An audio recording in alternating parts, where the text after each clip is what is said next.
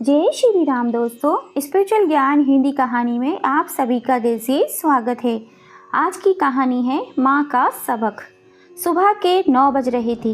गंगा देवी जी डरी सहमी घबराई सी दौड़ी दौड़ी अपने बेटे के पास गई।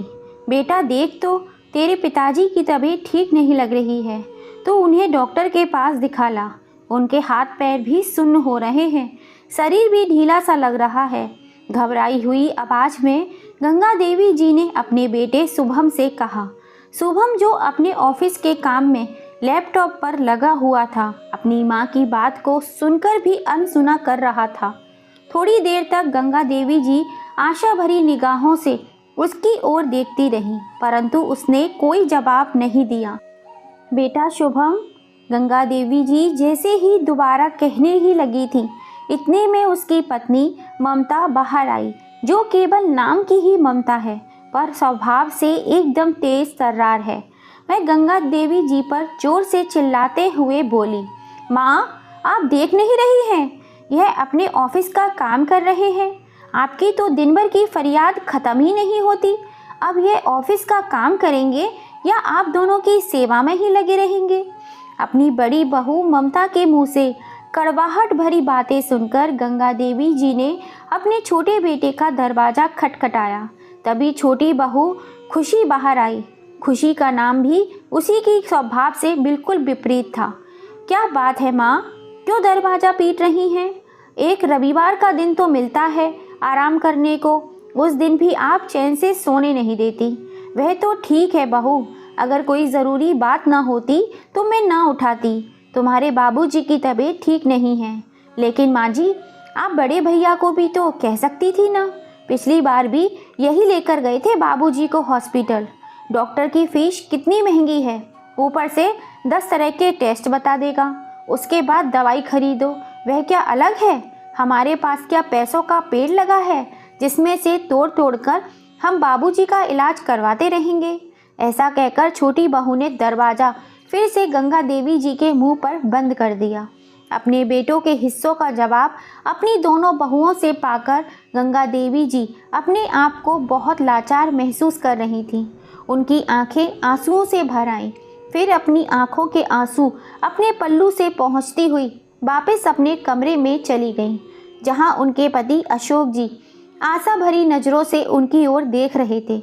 फिर अपनी वेदना को छुपाते हुए चेहरे पर फीकी सी मुस्कान लिए गंगा देवी जी बोली, वह पूरा हफ्ता काम करते करते थक जाते होंगे ना बच्चे, इसलिए मैंने उनसे कहा ही नहीं। मैं ही आपको अस्पताल ले चलती हूँ। अरे गंगा, तुम्हें पता तो है कि मैं तुम्हारा झूठ पकड़ लेता हूँ। क्या मुझे मालूम नहीं कि तुम्हारे दोनों नालायक बेटों ने तुम्हें क्या जवाब दिया होगा? अरे आप भी कैसी बातें लेकर बैठ गए, मैं हूँ ना आपके साथ। ऐसा कहते हुए जैसे तैसे अपने पति को संभाल कर गंगा देवी जी उन्हें पास के अस्पताल ले गई। लेकिन डॉक्टर ने किसी गंभीर बीमारी का अंदेशा बताते हुए उन्हें दिल्ली के बड़े अस्पताल में दिखाने के लिए कहा। मन मसोस कर गंगा देवी जी और अशोक जी घर लौट आए। रात के समय अशोक जी तो सो गए, लेकिन गंगा देवी जी की आंखों से नींद गायब थी। सोचने लगी, इस उम्र में जब शरीर साथ छोड़ देता है तो बच्चे भी कैसे दूर हो जाते हैं। अपने बूढ़े माँ बाप की ज़रा भी परवाह नहीं है। माँ बाप तो जैसे उनकी दुनिया में अब आते ही नहीं हैं। जब अपनी सारी जमा पूंजी को हमने अपने बच्चों की पढ़ाई लिखाई और उनका कैरियर बनाने में लगा दी, तो बिल्कुल भी नहीं सोचा था कि ऐसी नौबत भी आएगी। दोनों ही बच्चे अपने बूढ़े माँ बाप को पाई पाई को मोहताज कर देंगे। जिस इंसान ने अपनी सारी उम्र की कमाई हुई दौलत अपने बच्चों के नाम कर दी हो, उस इंसान के इलाज के लिए आज उनके पास पैसे नहीं हैं। जब बेटों को ही चिंता नहीं है तो बहू से क्या उम्मीद करूं? पति को बड़े अस्पताल में दिखाने के लिए पैसा कहां से आएगा? यह सोच सोच कर गंगा देवी जी का दिल बैठा जा रहा था। आधी रात हो चली थी, तभी उन्हें महसूस हुआ कि उनके पति जाग रहे हैं।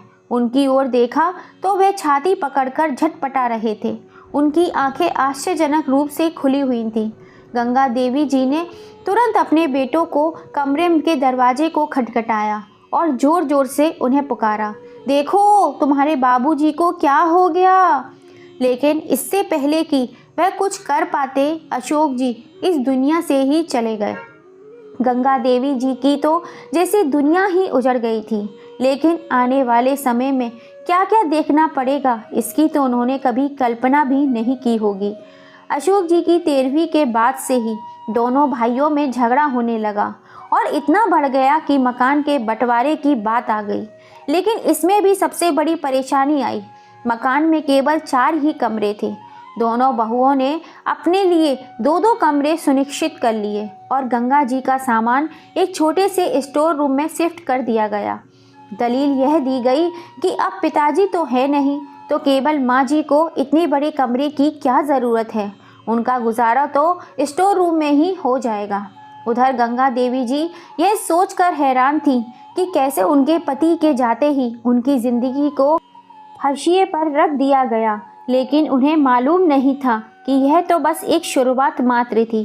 गंगा देवी जी का अपनी रसोई पर से भी अधिकार समाप्त हो चुका था, क्योंकि बहुओं ने अपनी अपनी रसोई अलग अलग कर ली थी। गंगा देवी जी का खाना भी बहुओं के रहमो करम पर ही चल रहा था। दोनों बहू की रसोई में उनका जाने पर भी प्रतिबंध था। दोनों के ऊपर माँ जी के खाने का बराबर का बाहर पड़े, इस बात का ध्यान में रखते हुए दोनों ने गंगा देवी जी के 3 वक्त के खाने को 2 वक्त के खाने में बदल दिया था। सुबह की चाय और नाश्ता छोटी बहू दिया करती थी और शाम की चाय और खाना बड़ी बहू के यहाँ पे दिया जाता था। बेचारी गंगा देवी जी जैसे तैसे मन मसोस कर दिन गुजारने लगी। धीरे धीरे समय व्यतीत होता गया और गंगा देवी जी पहले से और भी अधिक बूढ़ी तथा और भी अधिक लाचार हो गई। लेकिन इतने बुढ़ापे के बावजूद भी वह रोज नियम से मंदिर जाया करती थी। आज जब गंगा देवी जी मंदिर से लौटकर घर वापस आईं, तो अपने पति की तस्वीर के सामने बैठकर उनकी यादों में गुम हो गई। रह रहकर उनकी आंखों से आंसू टपकने लगे। तभी उनकी छोटी बहू आई और बोली, यह लीजिए खाना रखा हुआ है, खा लीजिए। एक थाली में 2 छोटी छोटी सूखी सी रोटी और थोड़ी सी सूखी सब्जी गंगा देवी जी के सामने रखकर तेजी से वापस चली गई। बहू के कल के व्यवहार के कारण उनकी भूख तो पहले ही मर चुकी थी, परंतु फिर भी गंगा देवी जी ने एक बार खाने की ओर निगाह उठाकर देखा तो जो बची कुची भूख भी थी वह भी मर गई। अभी कल की ही बात थी कि गंगा जी को छोटी बहू की रसोई से बड़ी ही अच्छी खुशबू आ रही थी। वह समझ गई थी कि आज रसोई में खीर बनाई जा रही है, जो कि उन्हें बेहद ही पसंद हुआ करती थी, लेकिन संकोच के कारण मांग नहीं पा रही थी।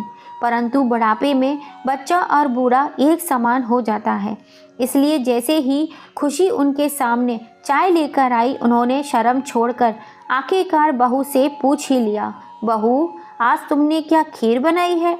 अगर बच गई हो तो थोड़ी सी मुझे भी दे दो। केवल इतना ही कहने की देर थी कि खुशी ने जोर जोर से चिल्लाना शुरू कर दिया, हे भगवान, दिन भर खाली इसी चीज़ का ध्यान है, रसोई में क्या क्या बन रहा है? सारा दिन खुशबू ही सूंघती रहती हो क्या? बुढ़ापा आ गया है तो राम नाम में ध्यान लगाओ। अरे बच्चों के लिए थोड़ी सी खीर बनाई थी, लेकिन इन्हें पहले खुशबू पहुंच गई। क्या समय आ गया है? दादी होते हुए भी अपने पोते पोतियों के खाने पर बराबर नज़र रखती हो। यह सुनकर गंगा देवी जी का तो मानो कलेजा ही फट गया हो। सचमुच आज तो अपमान की हद ही हो गई थी। बहू के मुंह से इतनी जली कटी सुनने के बाद उसके द्वारा बोले गए एक एक शब्द सोच सोच कर उनके मन में तीर चुभने जैसा एहसास हो रहा था। छोटी तो छोटी, अक्सर बड़ी बहू भी गंगा देवी जी को ऐसे ही ताने सुनाती रहती थी।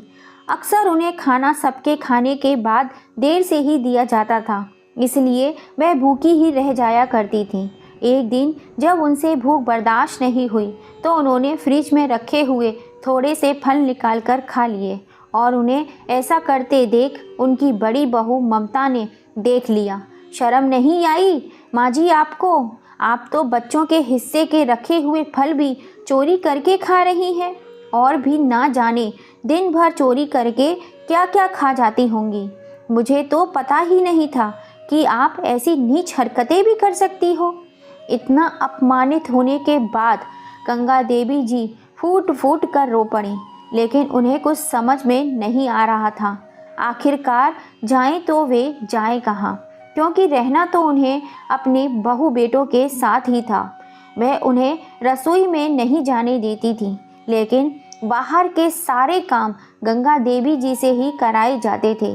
झाड़ू पोंछा, बर्तन साफ सफाई करना, सब्जियां काटना, कपड़े सुखाना इत्यादि, इन सभी कार्यों में गंगा देवी जी बेहद थक जाया करती थी। फिर भी उन्हें अपनी बहू के तानों का शिकार होना पड़ता था। वे सोचने को मजबूर हो जाती, इतनी खराब किस्मत केवल मुझे ही क्यों मिलनी थी। बेटों को तो अब जैसे मुझसे कोई मतलब ही नहीं रह गया है।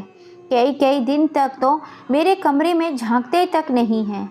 सुबह उठकर नौकरी पर चले जाते हैं और रात को देर से आते हैं।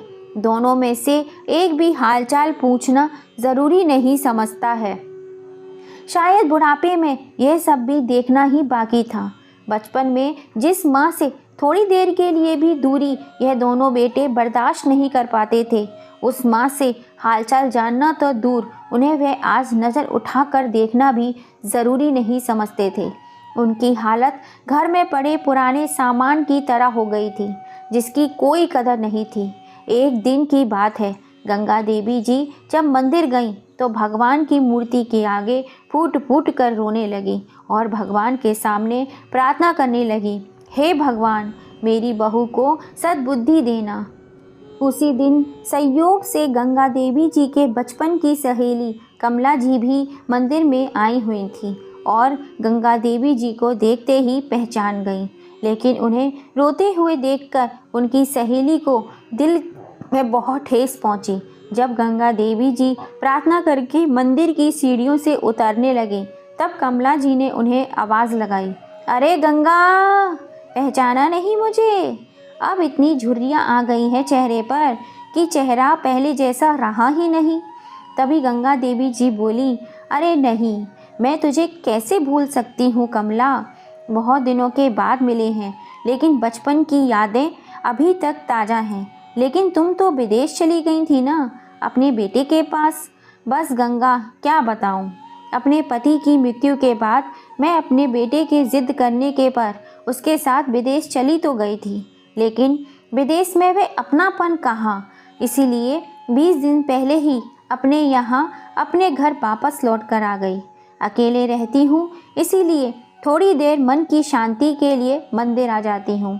वैसे गंगा, एक बात बोलूँ, तुमसे मिलकर आज बहुत अच्छा तो लगा, लेकिन तुम्हें उदास देखकर दिल को दुख भी बहुत हुआ।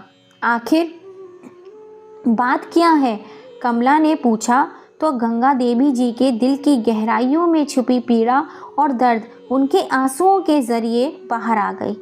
बहुत दिनों बाद किसी अपने से मिलकर गंगा देवी जी अपने दर्द को छुपा ना पाईं और उनके आगे सब कुछ बता दिया। वह अपनी सहेली से गले मिलकर बहुत देर तक रोती रहीं और उन्हें अपने दुखी जीवन का सारा विवरण बता डाला। गंगा देवी जी की सारी बातें उनकी सहेली कमला जी ने बड़े ध्यान से सुनी और फिर बोली, हर समस्या का कोई ना कोई हल ज़रूर होता है गंगा। इस पर गंगा देवी जी आश्चर्य से उन्हें देखने लगी और उनकी प्रश्नवाचक निगाह देखकर कमला जी उनके कंधे पर हाथ रखकर बोली, मैं सही कह रही हूँ, इस समस्या का हल है मेरे पास।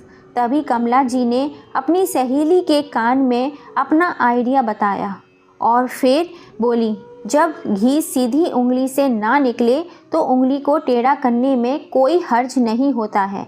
अपनी सहेली का आइडिया सुनकर गंगा देवी जी के चेहरे पर चमक आ गई, लेकिन फिर थोड़ी ही देर में गंगा जी उदास चेहरा लिए हुए बोली, लेकिन यह संभव नहीं है। तुम नहीं जानती हो मेरी बहुओं को। मुझे डर है कहीं लेने के देने ना पड़ जाएं। मैं जिस हालात में हूँ अब उसी को नियति मानकर मैंने स्वीकार कर लिया है। कोशिश करने वालों की हार नहीं होती। गंगा, मेरे रहते हुए तुम्हें चिंता करने की बिल्कुल भी ज़रूरत नहीं है। कमला जी ने उन्हें हिम्मत देते हुए कहा, हम कल ही अपनी इस योजना को अंजाम देंगे। अपनी सहेली की बातें सुनकर गंगा जी के मन में थोड़ी सी आशा जागी, लेकिन पूरे दिन उनके दिमाग में लगातार विचार चलते रहे। उत्सुकता और डर से मिले जुले भाव थे उनके चेहरे पर। अगले दिन सुबह जब गंगा देवी जी के दोनों बेटे अपनी अपनी नौकरी पर चले गए, तब उनके दरवाजे की घंटी बजी। दरवाजे पर कौन है यह देखने के लिए गंगा जी की बड़ी बहू आई। देखा तो एक बूढ़ी औरत जिसके हाथ में एक संदूक था, गेट के बाहर खड़ी थी। यहाँ किससे मिलना है आपको? अरे बहुरिया, मैं तुम्हारी सास की मौसेरी बहन हूँ, यानी कि तुम्हारी मुसिया सास। तुमने मुझे नहीं पहचाना, पर मैं तुम्हें पहचान गई हूँ। तुम गंगा की बहू हो ना? इस समय गंगा देवी जी भी बाहर आ गई और उनकी सहेली उनके साथ मौसेरी बहन बनकर ऐसे मिली जैसे कई वर्षों से बिछड़ी हुई बहनें मिली हों। गंगा जी उन्हें अंदर लेकर आई और उन्हें अपनी दोनों बहुओं से अपनी बहन कहकर मिलाया। गंगा देवी जी ने कमला जी से पूछा, अरे कमला, तुम यहाँ इस देश में कब लौटी? अरे मैं तो विदेश से अभी कुछ समय पहले ही आई हूँ। एक तुम ही तो हो मेरी बहन जिससे मैं इतने समय से मिल नहीं पाई। तुमसे ही मिलने आई हूँ। जीजा जी के गुजरने के बाद तो अफसोस जताने भी न आ पाई, तो अब सोचा कि अपनी प्यारी बहन गंगा से मिलकर आऊँ। दोनों बहुएं बड़ी हैरानी से अपनी मुसियत सास को देख रही थीं, क्योंकि उन्होंने आज तक कभी उन्हें देखा नहीं था। तभी गंगा देवी जी ने अपनी बहुओं से कहा, अरे बहुरिया, अपनी मौसी सास के लिए कुछ चाय पानी तो ले आओ।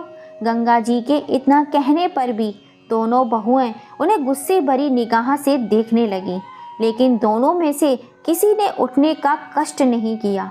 तभी कमला जी बोली, तुम तो जानती हो गंगा, हमारा रिश्ता सगी बहनों से भी ज़्यादा अटूट है। इसीलिए तो जब हमारे बुरे वक्त में तुमने हमारा साथ दिया था, मैं तुम्हारे लिए कुछ भेंट स्वरूप लेकर आई हूँ। कमला जी ने अपना संदूक गंगा जी की ओर बढ़ाया। एक दिन पहले जो दोनों सहेलियों के बीच तय हुआ था, उसके अनुसार गंगा जी बोली, कमला, तुम तो मुझसे मिलने के लिए आई थी और मुझे बहुत अच्छा भी लग रहा है, लेकिन तुम मुझे देने के लिए भेंट लेकर आई हो। यह बात गलत है।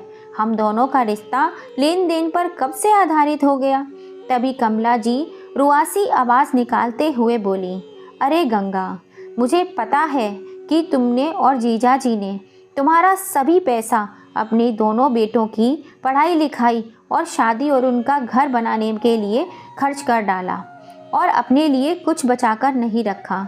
देखा जाए तो ये सब ठीक ही है, क्योंकि तुम्हारे बेटे और बहुएं तुम्हारा बहुत अच्छी तरह ख्याल रखते हैं, कितना प्यार से बर्ताव करते हैं तुम्हारे साथ।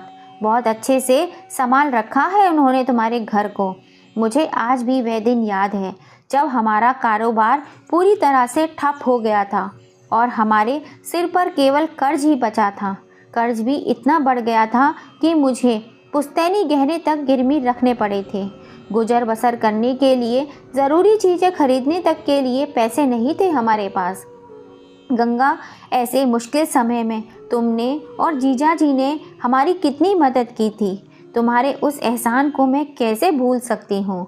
उस समय तुम लोगों ने न केवल हमें पैसों से मदद की थी, बल्कि हमारा हौसला भी बढ़ाया था। आज के समय में यदि मैं सिर उठा के जी रही हूँ तो केवल तुम लोगों की वजह से ही। तुम्हारे आशीर्वाद से मेरा बेटा आज विदेश में लाखों रुपए कमा रहा है और उसका बहुत बड़ा कारोबार भी है। उसने तो विदेश में धन का, दौलत का अंबार लगा दिया है। हर महीने लाखों रुपए भेजता है मुझे। गंगा, तुम्हारा एहसान तो मैं ज़िंदगी भर नहीं चुका पाऊंगी, लेकिन मेरी यह भेंट स्वीकार कर लो बहन। मेरी ज़िंदगी ही कितनी बची है और मैं चाहती हूँ कि अपने मरने से पहले ये काम करती जाऊँ। इस संदूक में मेरे पुश्तैनी गहने हैं। मैं समझती हूँ कि मेरे इन पुश्तैनी गहनों पर यदि किसी का हक बनता है तो वो है तुम्हारा। आज तुम इन्हें लेने से मना मत करना। अपनी बड़ी बहन का प्यार समझकर यह संदूक रख लो और इसकी चाबी यह लो। अभी तक गंगा जी की दोनों बहुएं, जिन्होंने अपनी सास के कहने के बावजूद भी घर आए मेहमान को पानी तक नहीं पूछा था, उनका संदूक देखते ही अपनी अपनी रसोई की तरफ दौड़ भागी। ममता ने जल्दी से गैस पर चाय चढ़ा दी और खुशी फटाफट ड्राई फ्रूट भरकर मौसी के सामने हाजिर हो गई। अब तो दोनों बहुओं में मौसी की सेवा करने के लिए जैसे होड़ ही लग गई थी। एक ने चाय के साथ बिस्किट नमकीन लगा कर ले आई और दूसरी ट्रे में सजाकर ड्राई फ्रूट और मिठाई ले आई। कमला जी अपनी सहेली गंगा की ओर दबी मुस्कान के साथ तिरछी नज़र से देख रही थी। कुछ देर बाद कमला जी ने कहा, गंगा अब मैं चलती हूँ। लेकिन क्योंकि दोनों बहुओं ने कमला जी के मुंह से यह बात सुनी कि उनके घर में नोटों का अंबार लगा हुआ है और वह इतनी अमीर है औरत हैं कि भेंट में पैसे और धन दौलत और गहने लेकर आई हैं। अच्छे से सोच विचार करके ममता और खुशी दोनों ही गंगा जी से प्यार का नाटक करने लगी। ममता बोली, अरे मौसी जी, आप अभी अभी तो आई हैं, कुछ दिन हमारे साथ भी रहो, हमारी भी इच्छा है आपकी सेवा करने की। तभी खुशी ने गंगा जी के कंधे पर हाथ रखते हुए कहा, आप रहेंगी तो हमारी सासू माँ का भी दिल बहल जाएगा, वरना जब से ससुर जी गए हैं तब से माँ जी बस बेचारी गुमसुम सी अपने कमरे में ही बैठी रहती हैं। दोनों बहुओं और गंगा जी के द्वारा रोके जाने की गुजारिश करने पर कमला जी एक रात के लिए उनके पास रुक जाती हैं। ममता और खुशी ने कमला जी की सेवा करने में कोई कसर नहीं छोड़ी थी। आज रात का खाना दोनों बहुओं की रसोई से बनकर आ रहा था। लजीज खाना खाने के बाद आज गंगा देवी जी को उनकी पसंद की खीर भी खाने को मिली थी। खीर खाते खाते उनकी आंखें आंसुओं से भर आईं, क्योंकि यह वही मेवे वाली खीर थी जिसके कारण गंगा देवी जी को बहू की जली कटी बातों को सुनना पड़ा था। रात को जब गंगा जी अपनी सहेली कमला के साथ बिस्तर पर सोने के लिए आईं, तो गंगा जी ने महसूस किया कि आज वह पहले वाली डरी सहमी सी गंगा नहीं थी। अपनी सहेली के साथ कुछ घंटे बैठकर आज वह नई उत्साह और नई अनुभूति का अनुभव कर रही थी। दोनों सहेलियां आज बहुओं द्वारा किए गए व्यवहार पर अपनी हंसी रोक नहीं पा रही थी। कहीं बहुएं सुन ना ले, यह सोचते हुए दोनों दबी आवाज़ में हंसते हुए आपस में काफ़ी देर तक बातें करती रहीं। अगले दिन सुबह जब कमला जी नाश्ता करके अपने घर वापस जाने लगी, तो गंगा जी के साथ दोनों बहुएं उन्हें घर के मुख्य द्वार तक छोड़ने के लिए गईं। गंगा जी ने उन्हें कहा, अरे कमला, तुम मुझे अपने पुश्तैनी गहने देकर तो जा रही हो, लेकिन मैं इस उम्र में उन गहनों का क्या करूँगी। तब कमला जी ने कहा, यह भी कोई पूछने वाली बात है गंगा, वैसे तो तेरी दोनों बहुएं बहुत ही समझदार और बहुत ही अच्छी हैं, लेकिन जो तेरी इस उम्र में सबसे ज़्यादा सेवा करे उसी को यह गहने दे देना। ऐसा कहकर कमला जी तो चली गईं, लेकिन जो कहकर गई थी उसका असर उसी दिन से दिखना शुरू हो गया। ममता और खुशी दोनों बहुओं ने गंगा जी का सामान स्टोर रूम से निकालकर वापस उनके कमरे में शिफ्ट कर दिया और उनके कमरे को अच्छे से सजा दिया।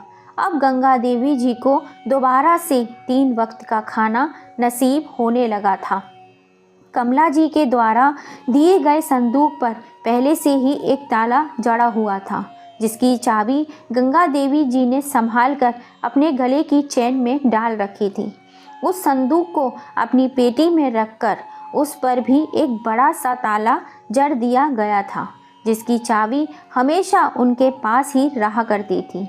अब दोनों बहुएं समझ चुकी थी कि उनकी सासू माँ इतनी आसानी से तो गहने नहीं निकालेंगी, लेकिन दोनों ने ठान लिया था कि कुछ भी हो जाए वह अपनी सासू माँ का दिल जीत कर ही रहेंगी। उस दिन के बाद से तो बहुएं बस माँ जी करते करते नहीं थकती थीं। दोनों बहुओं ने अपनी सास की सेवा करने की जी तोड़ कोशिश करी। जहाँ पहले पूरे घर की साफ सफाई, बर्तन, झाड़ू पोंछा, कपड़ों का काम सब गंगा जी के डर से किया जाता था, अब वह सारे काम वापस दोनों बहुओं ने संभाल लिए थे। वह दोनों उनके खाने पीने का इतना ख्याल रखने लगी कि गंगा देवी जी की सेहत पहले से अच्छी हो गई थी। अब गंगा जी हर रोज़ शाम को मंदिर जाती और वहीं मंदिर के आंगन में बैठकर कुछ समय अपनी सहेली कमला के साथ हाल चाल बांटा करती थी। दोनों सहेलियां अपने बचपन को याद करके हंसती और बतियाती थीं। अब वह गंगा जी को जो अपने पति की मृत्यु के बाद अपना जीवन व्यर्थ समझने लगी थीं, उनके दिल में जीने की चाह वापस आ गई थी। आज अपने कमरे में आराम फरमाते हुए गंगा जी अपनी सहेली को दिल से दुआएं दे रही थीं और सोच रही थीं कि अगर कमला मेरी ज़िंदगी में ना आई होती तो आज मैं भी बहू के हाथों की कठपुतली बनकर अपना जीवन बिता रही होती। दोनों बहुएं समझती हैं कि संदूक में लाखों के गहने हैं, लेकिन यह तो कमला जानती है या फिर मैं कि उस संदूक में कंकड़ पत्थरों के अलावा और कुछ भी नहीं है। लेकिन कुछ ना देकर भी कमला ने मुझे बहुत कुछ दे दिया।